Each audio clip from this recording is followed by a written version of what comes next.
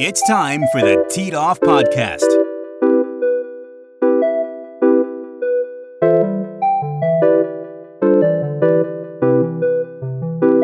It is episode 22 of the Teed Off Podcast. I'm Ben Clyburn, and I'm here with my co-host, Aaron Thomas. Aaron, how's it going, man? Good, Ben. Happy New Year. Happy New Year to you, too. It is, usually we say it's golf weather, and although it's pretty outside, it's a little cold in Myrtle Beach For right Myrtle now. Beach, it is, yes, for this time of the year. You can still hit the links, but, it's midday. Morning and late afternoon's not going to work. No, I have straight afternoon, noon tea times are prime right now. Absolutely. We're joined today by Bradley Vaughan, the sales and marketing manager of Legends Golf Resort. Bradley, thanks so much for taking the time to jump in the studio with us today. Absolutely. It's a pleasure to be here, guys. It's going to be a lot of fun. Let's go over the 22nd episode agenda. The front nine, the world of golf, the TGL. We're a couple weeks in, about to start the third week. We're going to go over what we like about it, what we don't like about it, and any suggestions or thoughts we have on a new phase in the world of golf. And then the 2025 season preview in professional golf. So much is kind of on the landscape. Let's just pick one bold prediction on what's going to happen this year, and then we'll follow up with it during the year to see if it happens. Then we'll make the turn. It'll all be about Bradley Vaughan and Legends Golf Resort. We'll talk about his history in the game of golf and the profession of golf in Myrtle Beach. We'll break down the 5 amazing Legends courses and break down a signature hole or two of those Legends courses. Then we'll hit the back nine and talk about a spring rounds update in Myrtle Beach. Dustin Johnson World Juniors coming up, and there's a special attendee that we'll talk about. The Myrtle Beach Classic preview. April will be here before you know it. And then finally, last but not least, Teed Off. You guys ready to jump in? Let's do it. Ready. Let's do it. The front nine. Okay, the front nine, the world of golf. So we're 2 weeks into the TGL, about to start the third week. We've seen a Tiger Woods sighting. I just want to get you guys' basic thoughts on the TGL, and let's just get this conversation started. I've got plenty of thoughts about it. Aaron, break down the TGL for me. Oh, well, that could take a while. We've got a while. The first episode, from what I understand, was a success. I heard like a million viewers, I think, for the first one. Yeah, 900,000. Yeah, that's what I saw which as well. which is fantastic. Obviously, a lot of rules and things to go over, get accustomed to. The hammer? The hammer. I mean, yeah, it was. There was a lot to take in on that first episode. I didn't feel like the second episode was quite as complex because we kind of understood, not as many explanations and stuff going on. But yeah, interesting. I think I mentioned to you my first watching it, or the first episode or whatever we were watching, that I guess it's just with the golf courses or the layouts that you see them hitting into the simulators. I said I best described it as professional golfers playing Golden Tee. Yeah, is what I felt like I was watching. I mean, it's an interesting concept. I'm still maybe adjusting to it a little bit, getting used to it, but I mean, there's still a lot to play. We haven't seen half the teams yet. I know. But they are going to need some more competitive matches. That is something, yeah. I mean, to get I've got plenty of thoughts on the league itself, but to have 2 boat races doesn't help. Yeah. Kevin Kistner is 100% in announcer mode. 100%. Yeah, I mean, the skull he hit out of the bunker was highly hilarious. It's lucky it hit the pin, man. Yes. It was taking out an audience member if it didn't. That's what I was like. blazing. I was like, oh my God, if that didn't hit the pin, is there like a fan section right there? Because that would just take somebody's eye out. I don't think or there's a teeth fence out. or There's netting. nothing. No, I don't think there's any netting. They might be considering that now. Yeah, seriously. right. I mean, that's like, getting hit by a foul ball. Which coincidentally, though, just a few swings before that, out of that, I think the same bunker, Tiger just chunked it, right? He chunked Yeah. one. Yeah, Yeah. he never even got it out of the bunker, No. which I thought was interesting. Yeah. The same sand they use at Augusta National. Yes, Yeah. supposedly. Yeah, it's an interest. You took the words right out of my mouth. Interesting is how I would describe it. Some of the green grass aspects of it with that's really cool that they're actually hitting off of the real turf or rough or in the sand. I think at one point, Colin Markow last night had a bunker shot and had a lip that raised up out of the actual bunker. I love that. Yeah. That was pretty cool, That I was thought, really neat. right? Yeah. So there's some really cool things like that. But then you could also see the guys. These guys are they're finely tuned with their games. They know exactly how far a ball's traveling, right? Mm-hmm. And you could see a couple of times, especially on the shorter shots when they were hitting, like, oh, wow, that traveled, 130 yards. Like, I don't hit it that far. Yeah.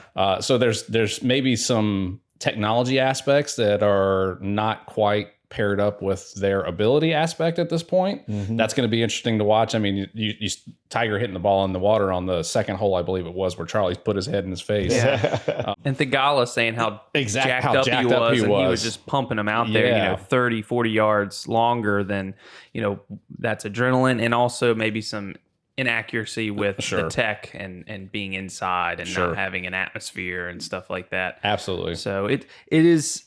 I want to love it. I don't quite love it. It is still interesting. I think, and I've said this before in previous episodes, what I don't like about Live Mm-hmm.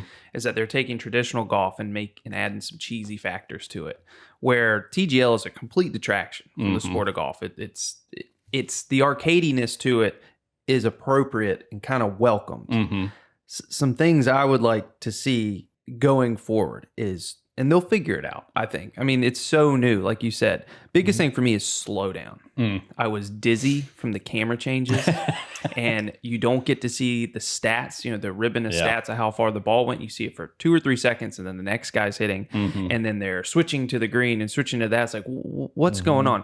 If they slowed down and dropped it to 12-hole matches, 6 triples, which I love the triples, by the way, 6 triples and the same 6 singles, that would allow them to increase the shot clock, spend more time setting up for their shots, and keeping a consistent camera angle on something. They have that huge screen that you play into, and then the 2 screens on the side that you can barely see on your television have the running score and have all those stats. The viewer at home doesn't see that. It's very rare. You're right. You see it every once in a while. That needs to be on the television screen with you to support what you're seeing. I've hit in simulators before where I hit a ball and you've got the meter running with the yardage and already gives you your club head speed while the ball's in the air. I'd like to see that. There's a lot of stat things I'd like to see. I'd like to see a running score and them doing the math of the circumstances on when the match is closed out or what the other team needs to do to stay alive. I was busy doing math before the singles started. I was like, so I'm pretty sure that if they win one hole, they could tie the rest and it's over. Yep. Tie the next one and it's over. But nobody was saying that. I didn't like that. You mentioned the grass. Dude, it's an 8x10 piece of grass. The main thing for that is what's behind them. The technology of that green that rotates, the undulation the pistons changes in it. the whole. We don't see any of that, Bradley. No, we don't. They need to take the opportunity instead of giving us the virtual flyover of a fake hole and show the damn thing move. I mean, that science is incredible. It really is. I want to see the hole disappear and a new hole show up. I want to see all that. Why aren't we seeing that? I mean, that is what's different about it all. Agreed. And I know I'm taking up all the time talking about it, but you're good. It's stuff that, the 2 wipeouts don't help.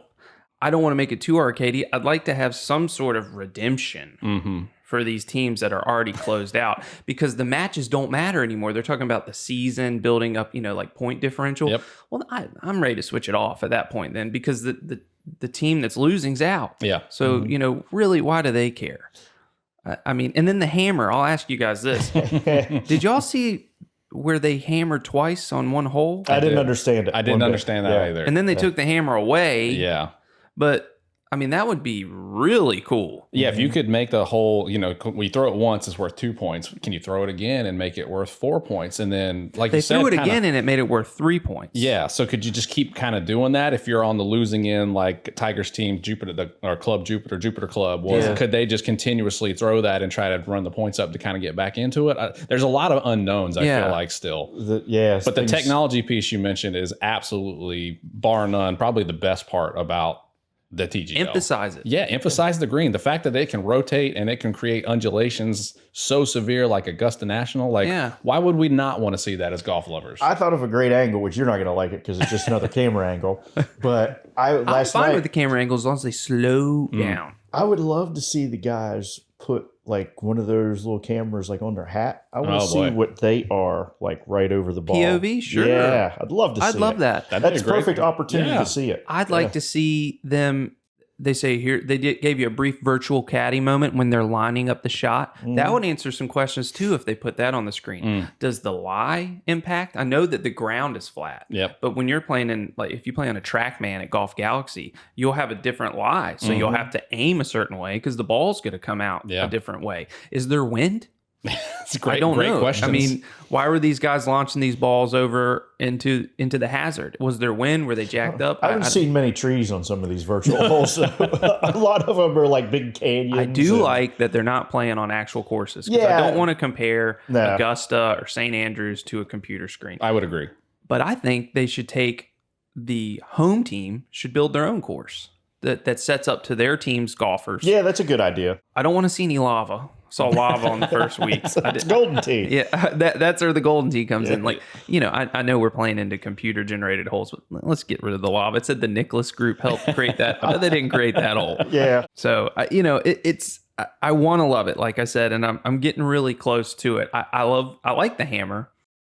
The timeout, I'd actually think of it as the reverse. I like the team calling a timeout. I like on the green, you should be able to cut their shot clock in half. And then they have to use a timeout or hurry up. Right. Because they do seem to take a little bit more time on the green. Yes. Yeah, for I've sure. noticed that. Well, that's a whole new ball of wax. I mean, that ball, when they hit that ball, it does not travel like it's on a normal green, and it's fake grass. Yep. So they're getting used to it. Although week 2, there were a lot of made putts. There were. By Much more Justin Rose. Rose. Yeah, Justin Rose was was hammering them, man. So I loved to see that. But a lot to flush out. But I think they're getting close to something that's a real viable product, I think. I think you're going to have to see some of the changes that you've talked about for it to remain viable. I don't see this as in its current format as a long-term play for the PGA Tour and Tiger and Rory and TGL. They've got to fix the competition problem, like we've already alluded to. You can't just have teams getting crushed. Can't be over after an hour. Yeah, and have a whole other hour, second hour, right? Play. But I don't see the appeal to the mainstream golfer that is a green grass enthusiast, a naturalist. I think you're going to lose those guys. But maybe you're going to grow the game by getting other people by looking at all this cool technology, right? And different camaraderie. I mean, listening to the guys mic'd up is probably one of my favorite parts of the whole thing. Is you're getting to hear Kevin Kisner talk trash to his teammates and the other team for that matter, right? How many times did we hear last night that they were trying to kick Kisner out and get Charlie Woods in because Kisner was having such a rough go? I mean, you mentioned that he was in an announcement, but he didn't play well at all. No. But it was hilarious to hear the back and forth, right? So you get a different dimension than you do with those guys on the PGA Tour. So that's interesting in my regard anyways. I feel like that's an interesting aspect of the TGL. It was good personalities because Max Homa is like, we could get like relegated in your own league, saying that to Tiger. It's like, where do we go if we finish last? What happens? So Tiger played the best on his team. He did. Last night. He still had he had quite a few penalty strokes. Yeah, he had that one drive, like 270 something. It was a little wispy. Did you see his face when he turned around and realized he'd hit? He's like, wait a second. Justin Rose just hit that one 323, and you're telling me I hit that 270? Yeah. Kisner hit one in the bunker, and he's like, I flushed it, guys. I did hear that too. I know he wasn't playing well, but that to me was a computer error. He's like, there's no way I just hit that 90 yards. Yeah. He's like, I easily hit it a $130. On a positive Tiger note, though, I did notice as he was walking around last night that he seemed to be walking fairly normal. It's the first since the car accident, and I know the back surgery and things like that. Just Plantar fasciitis surgery. Yeah, I mean, that he looked like he was in pretty good shape last night from a walking standpoint. You didn't see anything noticeable because of course, he's not walking Augusta National yet. No. Well, if his arms get any bigger, he's going to tip over. Well, I was telling somebody at the office today, I was like, man, Tiger still looks jacked for, what is he, almost 40 or maybe he is 40. But But you're right. He was walking really well. And I think that's the exciting thing with Tiger, especially for us that are in this demographic, right? We grew up watching his dominance and how awesome he was and the Tiger wave and everything. So the fact that we can watch him for 2 hours and not have to worry about him gimping along like at Augusta National, right? He looks like he's in good health. Looks like he's going to be able to play pretty much all the matches out there. I think that's exciting for a lot of folks. Yeah. Well, it's cool to have 4 players too. True. So you can have someone sit if you need to for scheduling purposes. But so many of those guys live in Florida. Correct me if I'm wrong, though. I haven't seen a 4th person. Like, it's just 3 that showed up every week. I don't think you have to show up if you're sitting. Correct. Yeah. If you're not playing, you don't have to be. See, I would like that. See, now that would be an interesting aspect. Like Kisner's not having a good night. Bring in the sub from the crowd. Bring in the lefty. Bring in the reliever. Yeah, Shane Lowry will be a few Guinnesses deep out there. Even better. Even better. That's what I want to see. Made for television right there. That's what I want to see. Because I think he was in the first week. He was the bright spot with his personality kind of shining through. Well, right? he was so complimentary about it. He said, I love this so much. It's so much fun. And you mentioned, when we had a private conversation, how much fun it would be to participate and do that, have a fan experience or have something not completely duplicative of what's there, because that is so expensive. But they'd have to put a net up for if fans to come out there and do that. I don't think fans would be coming to watch other fans. They'd be waiting in line. But there would be some equipment getting hurt. Oh, yeah. I did see a report that they're already talking about potentially expanding and bringing in other athletes. So could you imagine like an Aaron Judge out there that's not much of a golfer hitting, shanking one into the luxury suites to the right into a cheekbone? Like, you're definitely going to have to do some safeguards if you're going to expand. I mean, we saw with Kisner, he's a pro golfer. He's made millions of dollars in his career, and he scolded one that would have taken somebody out. It made me feel better about my golf game when he did it, right? Because I was like, I could do that anytime. Yeah, Tiger was crying. Oh my God! Oh, he was. Yeah, they got killed last night. But they had a great time getting killed. Yeah, I will give them that. They had smiles on their face. I would like to see a close match though, and TGL and the networks are begging for a close one. Yeah, absolutely. I want one that grinds down to like the last putt. Yeah, that's what I want to see. Yeah, I want to see something close. I want to see where the hammer brings people back in. Yeah, but they need to think of some redemption mode, because for something to be over an hour in with 2 hours of programming is not good enough. No, guys. It's almost like when you're on the golf course and you gambling with your buddies. All right, I'm pressing this hole, so we can clear out whatever debt I have on one hole, or it doubles for the team, right? Something along those lines, which I think was the intent of the hammer. But when you're down 10-1 after 7 or 8 of the holes, I mean, it's lights out. Maybe your hammer points build for the losing team. You don't want to punish the winning team so much, because hell, they're the ones that are doing it. But maybe that hammer becomes more valuable for the losing team. They got to have some skin in the game going in to the end. Give me some side bets too. Yeah. All that can come if they slow down, and all that slowdown can come if they reduce the number of holes. To me, they're trying to get so much in. The announcers are just talk. I mean, I don't need celebrities coming on with the announcers. I love Serena Williams, but she said, I know nothing about golf. Right. Yeah, but she's an investor. So is she an investor? She was one of the owners of the LA club. I think. Okay. Her, that's great. Alex Morgan, I think, was on a second episode. Well, that's great. Yeah. I mean, but I don't. We don't need to see that on television. Yeah. But you know what? They can interview them at halftime. Right. You're only going to see that the first probably couple episodes. You're probably right. They're not going to be showing up That's for every true. week. Yeah, I'm sure. DJ Khaled's there every day. Yeah, that was 2 weeks in a row he was there. He must be an owner of somebody. or maybe I would not be surprised, or at least an investor in the league. He's a golf fanatic. Oh, he's been great for the game. Yeah, absolutely. Golf fanatic. Yeah, so that's cool. Hey, overall, I do like it. Like I said, I want to love it. What do you think about the intro, the walkouts? Reminds me of Live. Yeah. It does. But it's arcadey, so they can do that. I think it's baseball style, where all the songs that are playing before a player hits, they've chosen. Yeah, I would agree. It kind of reminded me of like the WWF growing out. You got the walkout music, the guy's coming out, he's trying to get the crowd pumped up. You're talking about slowing down. Like, I don't think that's necessary per se. Like, it was pretty funny when Tiger walked out last night to Eye of the Tiger and all the red screens and everything. But that's 10 more minutes that you could have playing those holes or slowing down. That's to true. Your point, right? That's I mean, because it didn't get started until 8:10, 8:12 last night, or excuse me, 7. We were just talking about it. We thought it was 9 o'clock again, and then I was late getting to it last night. Yeah, almost missed it. So. I do like a 7 o'clock though. I did over too. A 9. on a future episode after the season, the TGL season's wrapped up, we'll have to debate who had the best walkout songs. Okay. Yeah. 'Cause my personal favorite so far was Justin Rose last night, Paradise City. Yeah. Guns N' Roses. Yeah. That one's Loved really it. good. And of course, Xander Schauffele has a great one. DMX. Yeah. Well, at expansion, are they going to expand physically to other destinations?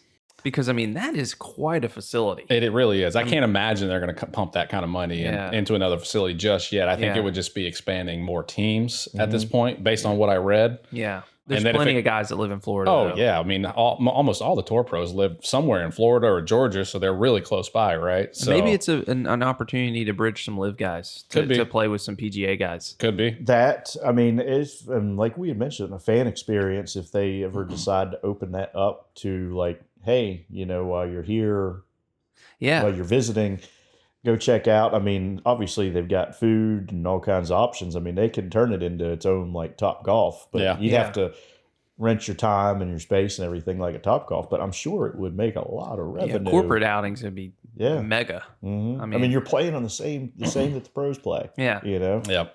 You can't have go to sign play a waiver not to break anything. Yeah, you can't go play Augusta National, but hey, you can play the golden tee holes that the pros play. That's true. I mean, you could load off camera. You could load up because it's full swing simulators. I mean, you could pull up any top 100 course. Mm-hmm. Absolutely. Just don't do it on TV. I'd love to hit into a simulator off natural grass. I curse the bats at Top Golf every week when we play in our Top Golf league. Dude, I played at Golf Galaxy a couple years ago, and we were playing, and I hit it.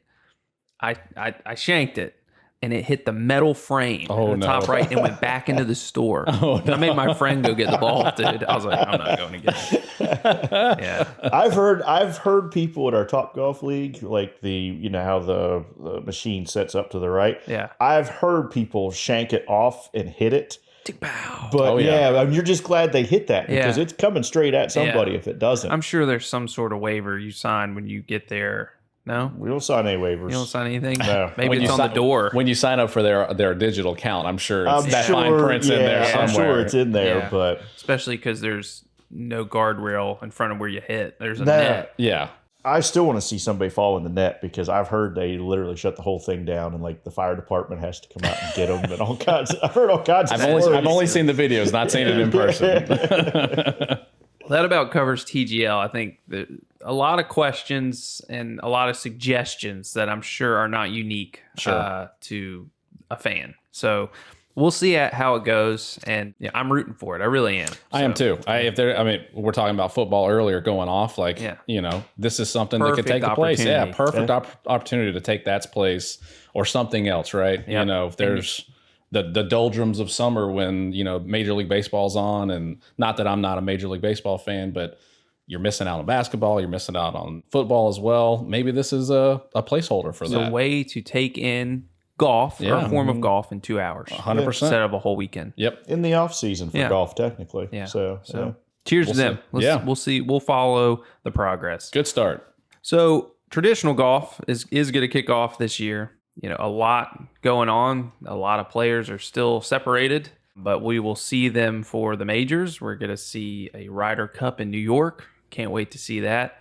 And, a lot of implications for the FedEx Cup and a lot of great pros right now playing well. So the 2025 season preview for this episode, I just want to make one bold prediction from you guys and me about what we think is going to happen. And we'll follow up in November, December, and see if they came true or if they aged well or not. Well, I was going to say, if anybody wants to place any bets, whatever I say, the opposite's going to happen. So it's just like my betting life. I've got my bookie on the line. So, Aaron, if you want to kick it off with Please, I'm taking notes your bold prediction. My bold prediction, there will still be no deal between LIV and PGA Tour. That is my bold prediction. Yeah. I don't think it's going to happen. Wow. Well, my bold prediction was going to be that a deal gets done this year by 2025. That was going to be my bold prediction. I think they're working.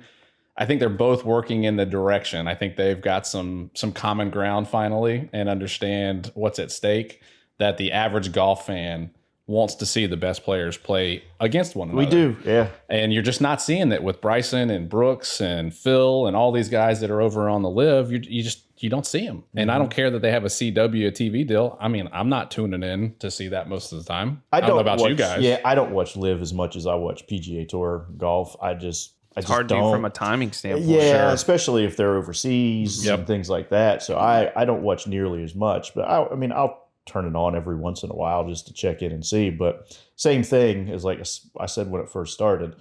The scoreboard's busy. I feel like there's a lot going on, and after so long, I'm like on to something else. Too much, yeah. That's too much for traditional golf to me. It makes it cheesy. I mean, I like the music and everything because I listen to music on the golf course. I hope they get a deal done. I think you and most of the golf fans in the world do hope so. In an earlier episode, I kind of was on fire about it because I just said I don't care anymore. And I still kind of feel that way. I don't want to see any more headlines about it. I really don't. Until it's done. I just want to see the headline that it's done, right? Yeah. I don't, don't want to hear any more about the bureaucracy of it and, the greed against greed, and billionaires are arguing with millionaires, and they're talking about revenue share and stuff like that. Just get the damn thing done. Sure. Yeah. I think the fact that you're starting to see now that they're going to allow the guys back on the European side to play in the Ryder Cup is a big deal. Yeah. In that deal getting done for the European side. As long as they hold off on World Golf Ranking, because if they get that, then there's no point. That gets further away from the deal.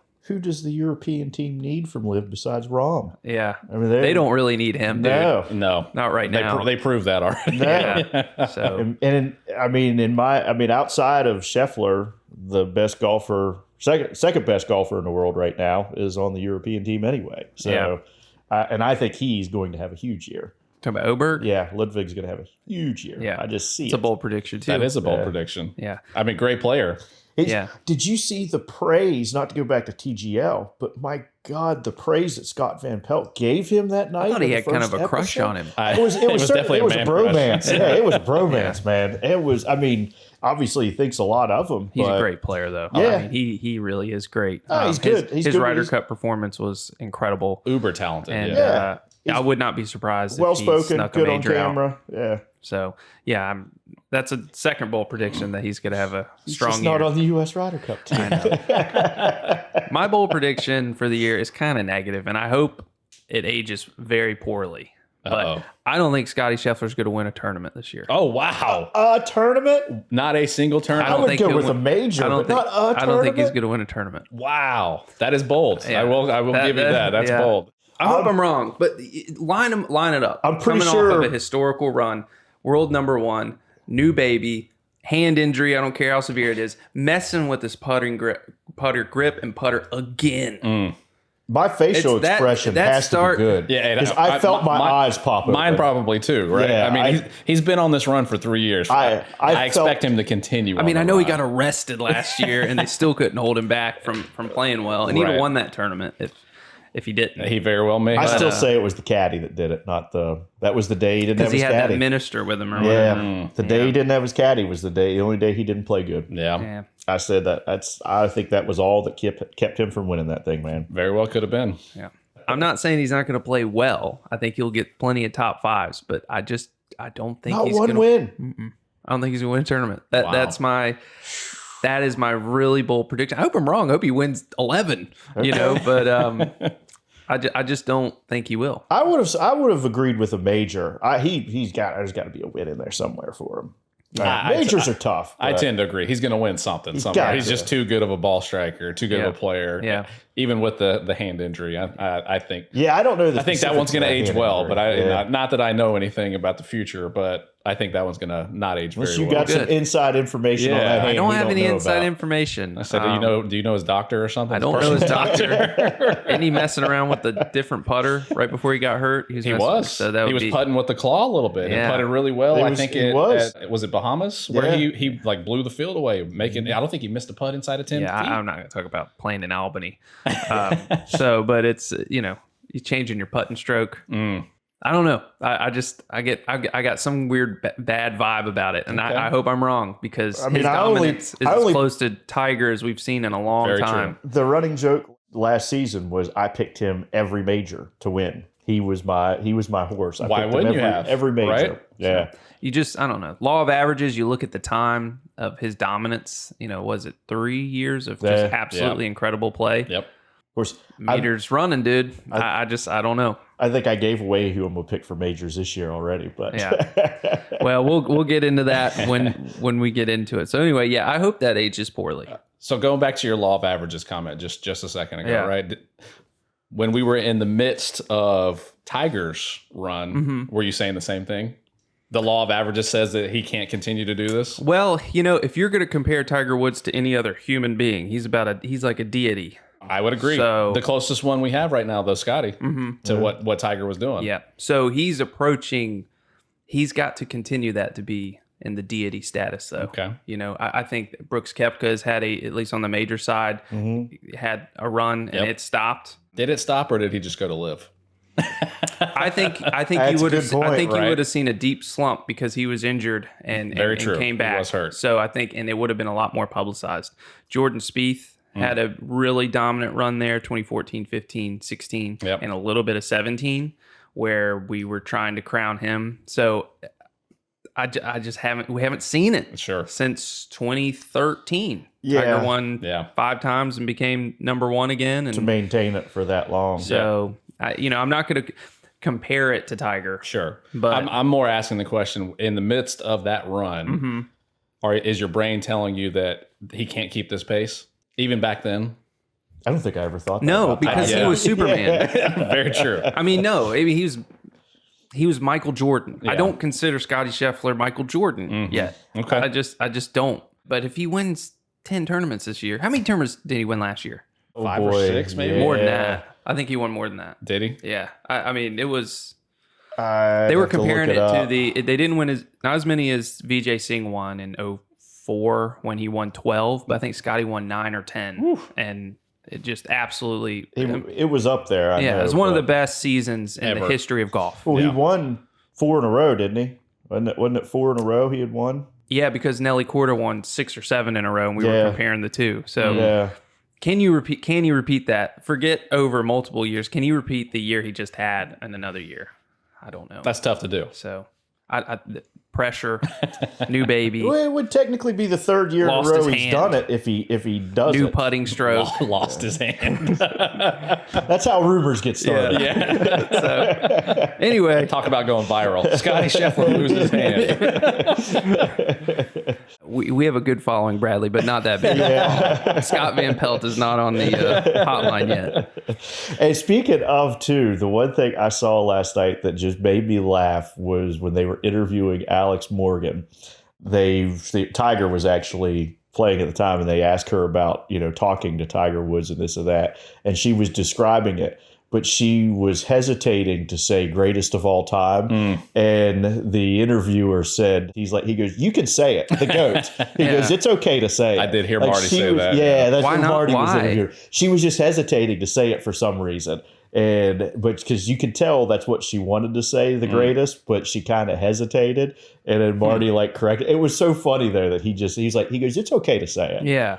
I like Marty Smith. Yeah, he's good. I really do. He's I loved him in NASCAR. He's an every person's person. Yeah. He relates to everybody. Yeah, You're right. He's good with any sport. I just drop him anywhere. I do. I feel like you could just drop him in any sport. And they do. Yeah, and you're right. NASCAR, Yeah. golf. NASCAR, I think golf, he started with football, NASCAR. Yeah. I think NASCAR is his best. It was his original. Yeah. I remember that on ESPN. Yeah, but then he just kind of started gravitating into other He's good with stuff. football too. Oh, he is. Yeah, he's got his own show, I think, on the SEC network, Marty and McGee or something like Yeah. that. So he kind of, like Go you said, Marty. they just drop And him he everywhere. does a lot of stuff too. Now we're getting outside of golf. But Yeah, he we does a lot of stuff that reminds me, if you remember when Kenny Mayne used to do the oddity Yep. stories. Yeah. He does Very a lot much of those, like which Kenny I Mayne. like. Kenny Yeah. Mayne was always grumpier in a funny way. Yeah. Yeah. But I liked Kenny. So shout out to Marty. Yeah.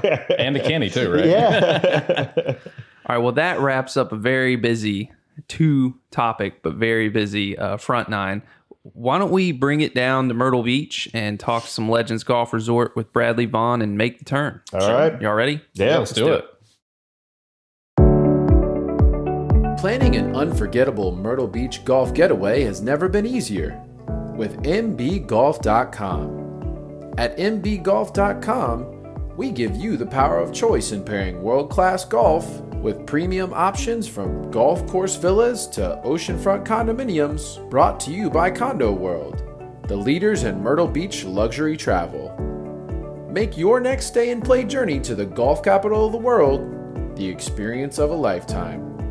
It's all just a call or a click away.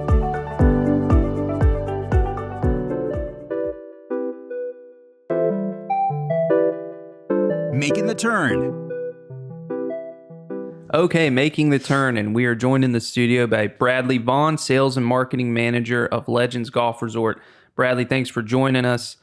I ask every guest that comes on the show, one, what got you into the sport of golf in general, and then how did it become a profession in Myrtle Beach? Sure. Real simple. My father got me into the game growing up. He really tried to get me into the game when I was really young, 5, 6. But it was too boring or too slow paced for me at that time. So I stuck with the traditional basketball, baseball, football stuff growing up.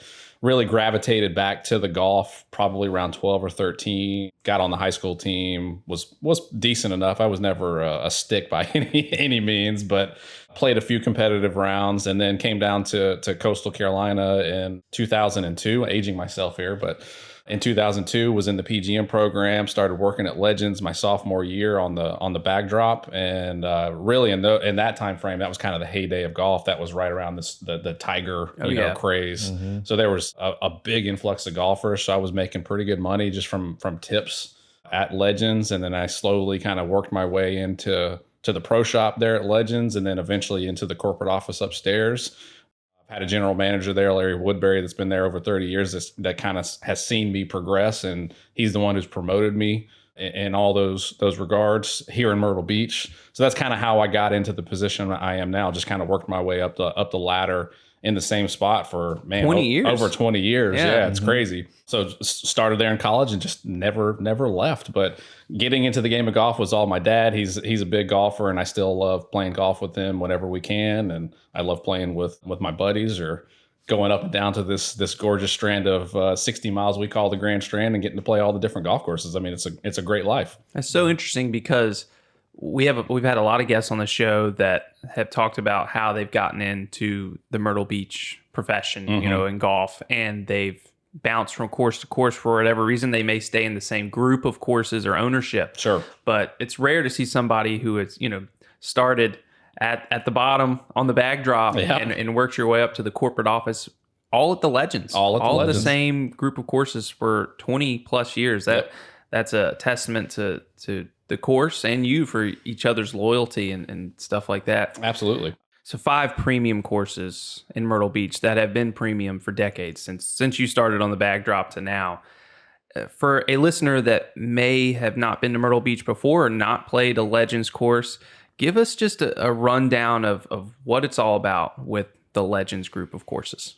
The thing that you think of with Legends, I think more than anything for package destination golfers is the all-inclusive nature of our program, right? You're not only playing 5 great golf courses if you're doing the multi-round package, you're also getting your breakfast with us, which is a 30-item breakfast buffet in the morning, each morning of your round at any of our facilities, whether that be at the Legends where we have the 3 resort courses, or down in Pawleys with Heritage Club, or up in Sunset Beach, North Carolina with Oyster Bay. You're going to get a buffet breakfast. After your round, you're going to come in, you're going to sit down, you're going to chit chat with your buddies, you're going to go over your bets, you're going to talk about the shots you hit, the terrible shots you hit, the great shots you hit, and you're going to get an item off of our menu, a full burger with fries or onion rings or whatever you want. Then you're going to get 2 draft beers with that as well. So it's an all-encompassing package that the golfer gets. You get great golf, you get great food, you get camaraderie in the bar afterwards. It's been our calling card since about 2010, and it's done really, really well for us. You are the pioneers of breakfast, lunch, and 2 beers. That's what I was going to say. Yeah, I think the originators. Yeah, it's been really one of the most imitated package value adds. Often imitated. In Myrtle Beach. Often imitated. Very difficult to pull off. Yeah. Well, because it's not like it's a full meal. It is. It's not just like a packet of chips and a sandwich. Yeah. I mean, it's the real deal. You can get a Reuben, you can get a cheeseburger, you can get a pizza, you can get, a massive club sandwich. I mean, you name it. We've got quite a bit of fare. There's probably 25, 30 items on that menu that you can choose from. So you're not eating the same thing the entire trip you're there, basically. I don't know who could do lunch after the breakfast. Yeah. The buffet's huge. Yeah.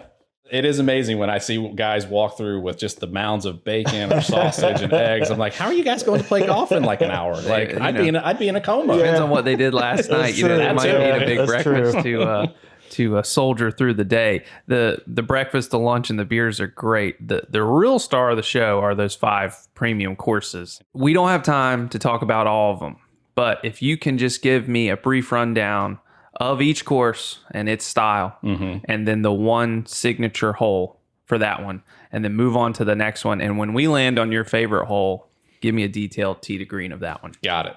Going down south to the Heritage Club in Pawleys Island, it's probably the highest rated golf course that we have. When you look at the South Carolina Golf Week and the Golf Digest rankings, it's routinely in the top 10, top 5 for the state of South Carolina. It is a old school track. It is tree lined with live oaks, Spanish moss hanging down. It's a gorgeous aesthetic. It's virtually the same property that Caledonia's on, right? It's literally right next door for half the price, by the way. But it's a great old school dog leg golf course. You've got to hit shots, huge undulating greens. I was out there over the holiday break, and I'm not out there enough, obviously, but it's always amazing to me how big and undulating those greens are. The signature hole there is number 18. It's par 5 finishing hole where you can bite off as much as you want on the drive to try to get home in 2, or you play it real safe out to the right. And then you've got to cover a hazard on the way in. So that's the signature hole there. Huge old, plantation style clubhouse. Just gorgeous aesthetic. I love that course. It's a great golf course. There's several carries that need to be done on that course too. Yeah. There definitely are some forced carries. So if you're not on your A game, you can put a big number up there pretty easily. Oyster Bay going up north is in Sunset Beach, North Carolina, and it's completely different. It is a coastal style golf course. There's a lot of marsh views, a lot of alligators. We call the 15, 16, 17 kind of alligator alley. The signature hole there is a 17 peninsula par 3. You're hitting over 120 yards from the white tees, but there's nowhere to miss. You either hit the green or you're in the lake with the big gators, right? And then you come down south to Myrtle Beach. You've got Heathland, Moreland, and Parkland there. Moreland's my favorite. It's a PB Dye course. It's not Pete Dye, but it's his son. But you can tell his son learned from his dad. There was some earth moving in that golf course. Everybody always talks about how difficult that golf course is, but I don't think the course itself is difficult. I think it's the approach shots that are difficult. The elevated greens, the undulated greens is what really gets a lot of folks, because you can kind of hit that ball anywhere on Moreland. You can kind of spray it left or right, except for a few holes where there's some water out there. Go find it and then try to get it on the green. The signature hole there, is Hell's Half Acre, which is number 16, and it stretches out from the back tees to about 230-ish. And you either hit the green or you're literally in hell.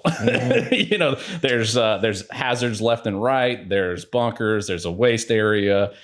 The green is probably 50 feet above your head when you're standing in the fairway looking up at it. Yeah, it's a pretty daunting shot. It's a lot of elevation to be at the beach. It is a lot of elevation. Like I said, PB was out on that bulldozer moving a lot of land. I've gone for it every time, and I can tell you I've never hit the green. So I know what it's all about. Yep, I've made eagle there, and I've made 10 there, right? It's crazy.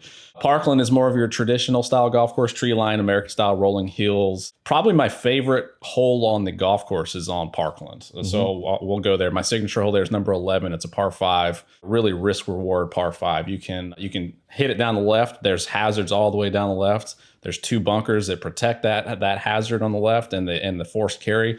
But if you carry that, you're going to have a mid iron into that green with a stream, kind of like at number 13, the par 5 at Augusta. Yeah. That's kind of what that hole a little bit reminds me of.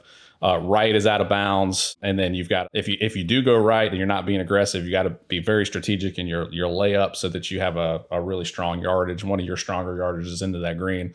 And then you've got some elevation and some undulation on that green as well. Not nearly as severe as Moreland, but it's still there. But that's probably my favorite hole on the entire property. And then Heathland is probably the most favorite for everybody on the Grand Strand. I would argue it's probably the most played golf course on the Grand Strand. It's got to be up there. It's probably doing 70,000-ish rounds a year between package and locals and walk-ins. It's a beast, but it's a link style golf course. It's wide open. You can literally hit it and go find it and hit it again. But you're going to have some 80-foot putts. You're going to have some bunkers where you're you can't even see the flagstick. It's a true link style course that you are not going to have a whole lot of trees on. So those are just a quick rundown of the 5 great golf courses that we have. Even with all those rounds, I mean, 70,000 at Heathland's incredible, but the rest, I mean, because these are some of the most highly requested courses, all 5 of them. They're always in great shape, Aaron. They're always in great shape. I've never played one where I've had any complaints. I would agree. And our superintendent, Mike Bankert, who oversees all 5 properties, and he's got assistant supers that also help him. But do they go home? They do. I don't think they do. I think they sleep there. I really do. Legends does have some accommodations. Maybe they stay there. If they do, I'm not aware of it. But I mean, we are always in great shape. It is really spectacular with the amount of rounds that we do and how good of shape the entire properties are always in. And I think that's what makes them some of the most requested, at least for us from a package side. Every year it's the added, you get the food and the beverage, and then the courses are in good condition. It's just everything all into one, and that's why people continue to play them year after year. And we will guarantee the experience, right? So if there is something that is not right, we will make it right. We want that customer to come back. We've done a great job of just not with their golf swings, right? Well, I can't help you there. But if you find something wrong with your accommodations or with your food, let us know. We will guarantee it, and we will make it right for you. But yeah, if you're shooting 95 because you've got a broke swing, I can't help you there. That's just I can't help myself. Yeah, I can't help myself on that side.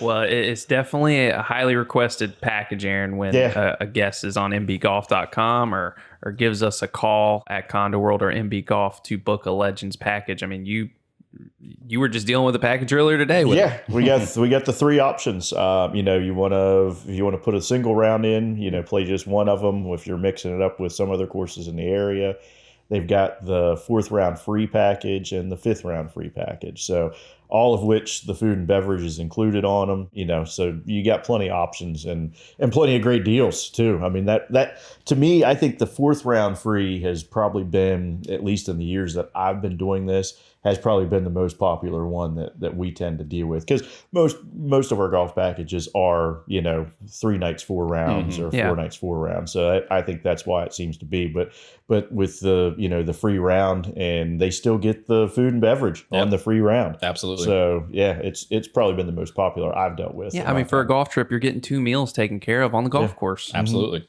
I mean, that's a no-brainer. That's killer.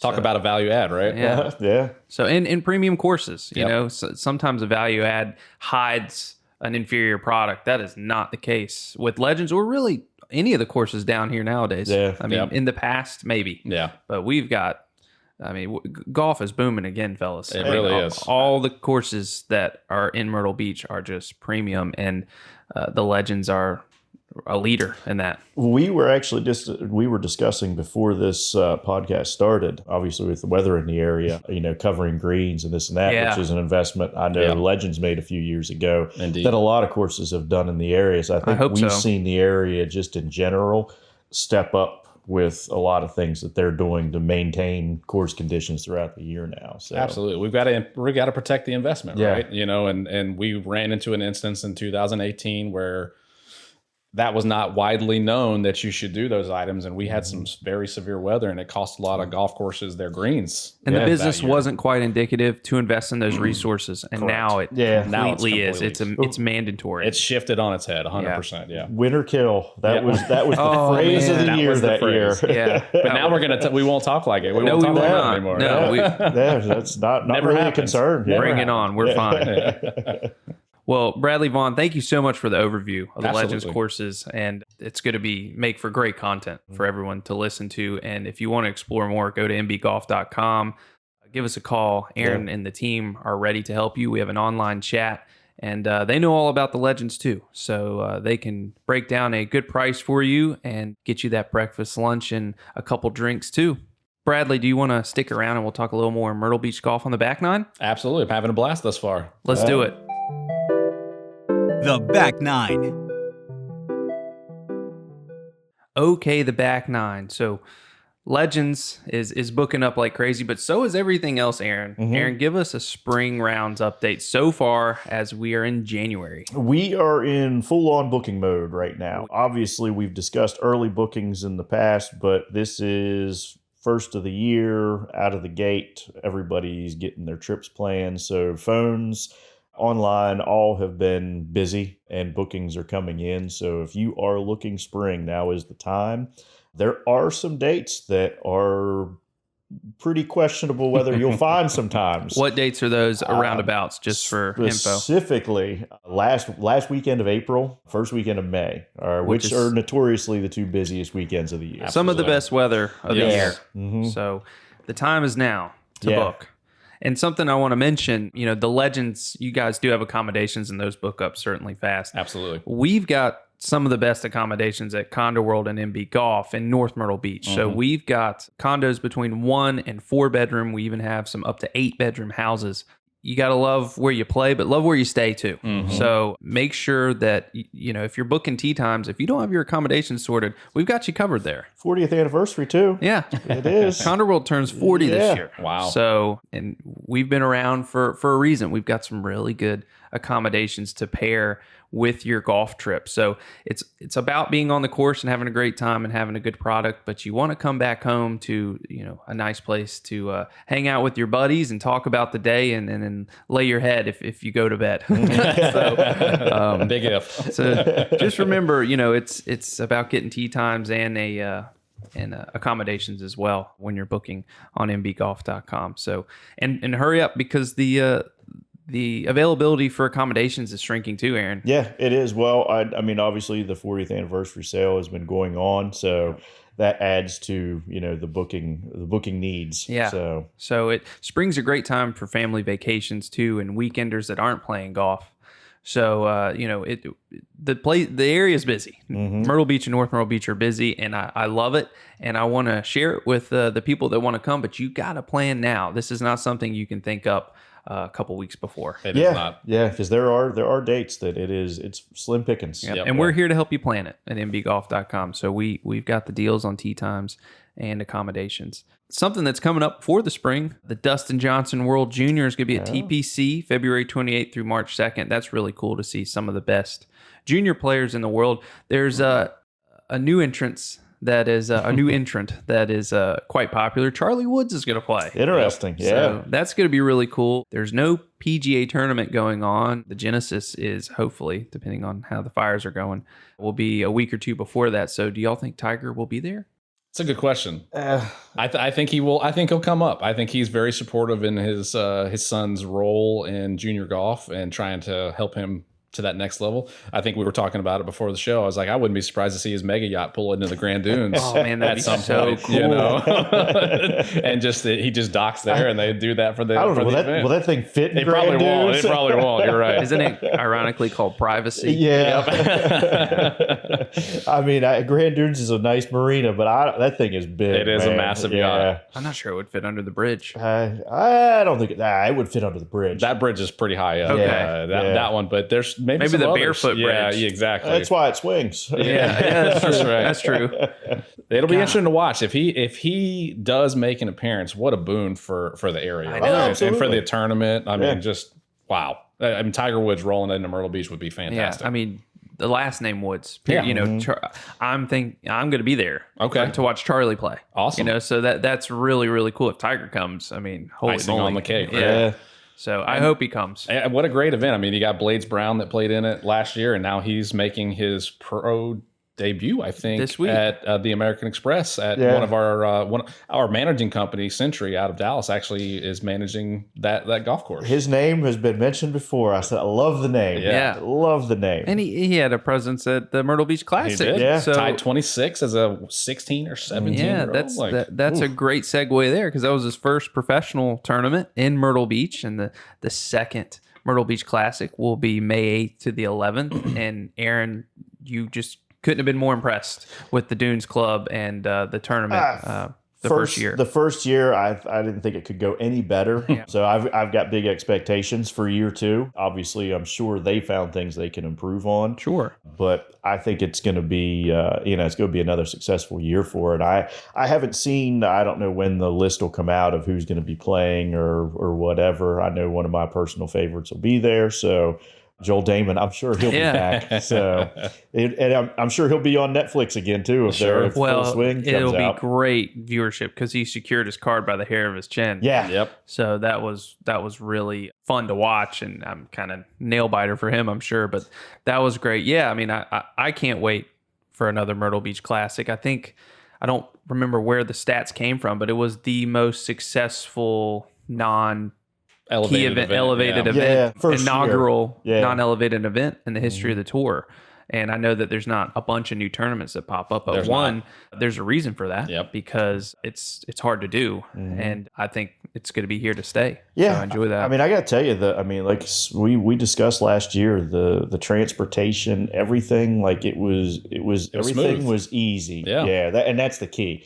If there's complications to and from the course or getting around, which was nowhere near the case. I mean, I've been to a lot of golf tournaments, and that was about as smooth as it gets as far as getting to and from. And I think that was the biggest hurdle for the Dunes Club, right? They just don't have the infrastructure to have people there on the facility. So the fact that they had the buses and the shuttles that got you in and out rather quickly was rather impressive, honestly. And I'm sure you remember because I saw you there the day we were there. Yeah, well, you showed, but you mentioned about showing your age earlier. I'm sure you remember going to when the senior tour, championship was there. I've been there. I do remember that. Yeah. And there were some transportation issues there getting in and out because of parking, but they did a fantastic job. I was too little to remember those issues, but I remember Lee Trevino cutting up with everybody on the range. Yeah.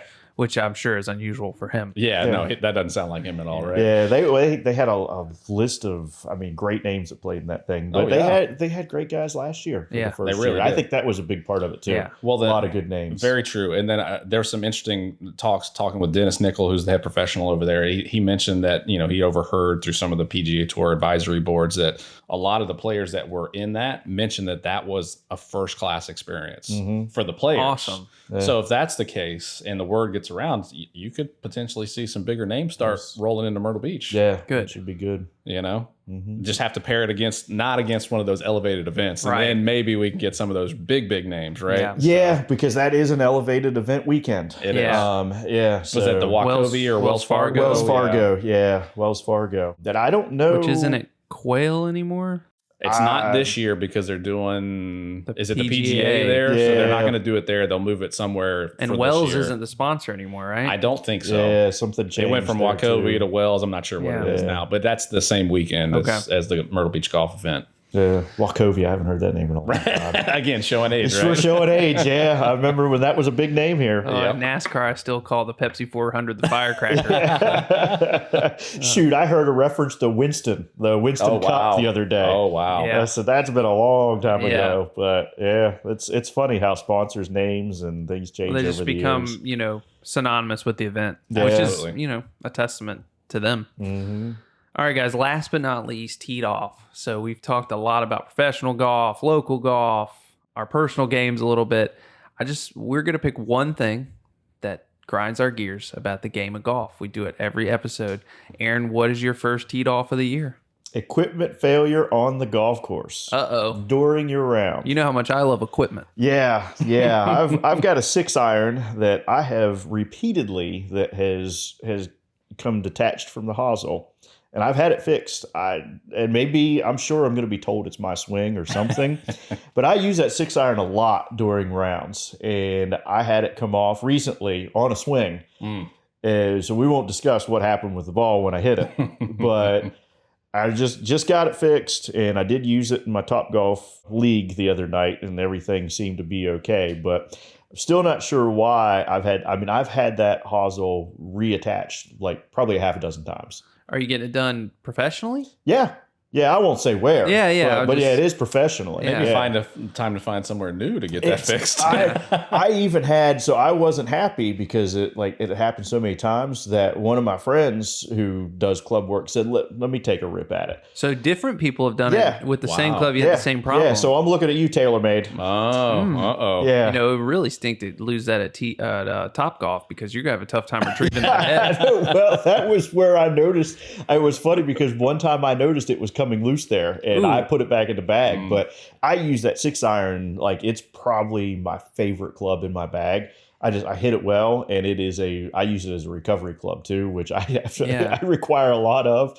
So 6 iron's a big deal in your bag. Yeah. So for it to come off, like it was just like a couple holes into the round, I was like, this cannot be happening again.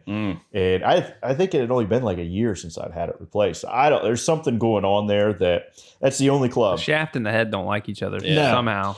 It's been re-epoxied. Yeah. One guy, he took it off. He's like, oh, they forgot to do this, or whatever. I'm not going to say anything because I don't do club repair and I don't know anything about it. Yeah. Maybe I need to.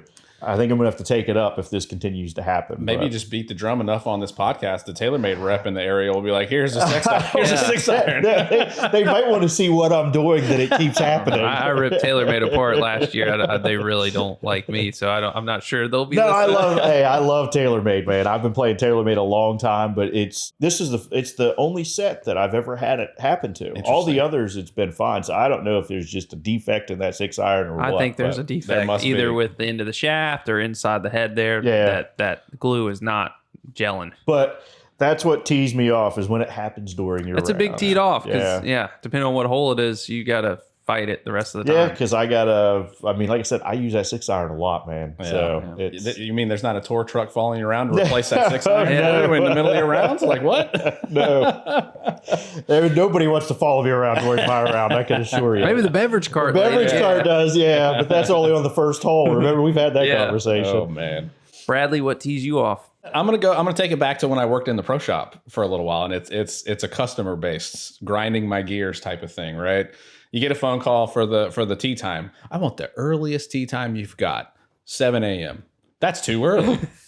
What do you mean? You told me the earliest tee time you got. You got something closer to 9:30? Sir, you just effectively wasted 5 minutes of my time. I missed another call over here. Let's speed this along, guys. If you know what time you want to play, let us know. As a golf professional, let us know what time you want to play, and then we'll work that way. Don't tell me the earliest, and then I give you the earliest. No, that's too early. There are people in your position that have echoed that thought. That was even us. It's what I do. I'm sure it happens to you too. We're gonna play around noon. I got a 12:15. Would you got anything earlier? That was the teed off of Bennett Airhead. Jake? Yeah. Jake. Yeah. He told it the exact same way too. He's like, what do you need? He's like, I'd like a 9:30. He's like, all right, I got a 9:30 right at the dot. Got anything earlier than that? Okay. Well, I've got a 9:11.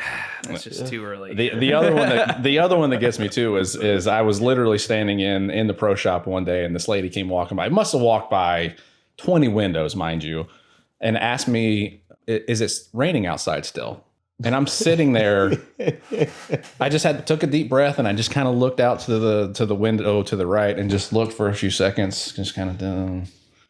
Yes, ma'am. It still is. It's still like, are you kidding me? Like, come on. That's when you pull out your Caddyshack line. I don't think the heavy stuff's coming down. Exactly. So just a little more common sense from our golfing customers. Let me pull up my special golf radar for the weather that's different than and what it you're is. saying. And I will say probably the biggest defense though is most of them are here on vacation. Yeah, and sure. I know when I go on vacation, I know where my mind is. Yeah. I ask stupid questions. Yeah. So. And you're begging for good news and a different answer. 100%. And maybe you can give it to us. And I get it, right? You're there. The weather's crappy. What else are you going to do? Yeah. Like, I'm trying to get out and play, but let's have a little common sense, folks. Yeah. My teed off is just winter blues, I guess. So I'll go after politics. Briefly. I don't know if we have enough time. No. It's not that. It's this one's gonna age better than the Scotty Scheffler thing. I just don't want it to get darker so early. I thought we were gonna kill daylight savings time. It's still in the talks. It needs to go ahead and get done because I want to get out on the golf course. And I know it's getting lighter as we're getting closer to the spring, but not fast enough. We had some really pretty November and December days and couldn't play golf in the afternoon. And that gives me the winter blues. My clubs are collecting dust and I want to play and I can't. So that's it. politicians, you guys have nothing better to do.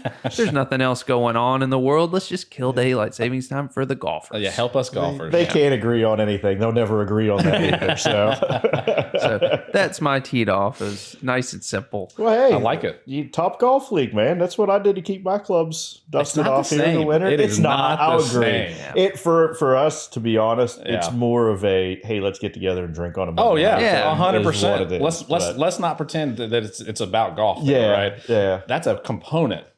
But the food and the drink is the main That's reason true. you're at Yeah. Top Golf, right? Yeah, that's pretty much what it is. It's an excuse to have drinks on a Monday. Oh, night. absolutely. So- I've been there, done because that. it gets dark Yeah, early. not and a they bad got- excuse. And they keep the light on. Very true. Motel 6 style. Well, guys, it's been a good first episode of the year. Bradley Vaughan, Sales and Marketing Manager of Legends Golf Resort. Thank you so much for joining us. It has been a blast, a lot to unpack, and we'll come back and see some of our opinions if they've aged well or poorly, or we'll just maybe delete the episode entirely. We'll see. But thank you guys so much for listening, and we'll see you next time. Thanks for listening to Teed Off. Visit mbgolf.com and follow us on Instagram at Teed Off Podcast for the latest episodes and news.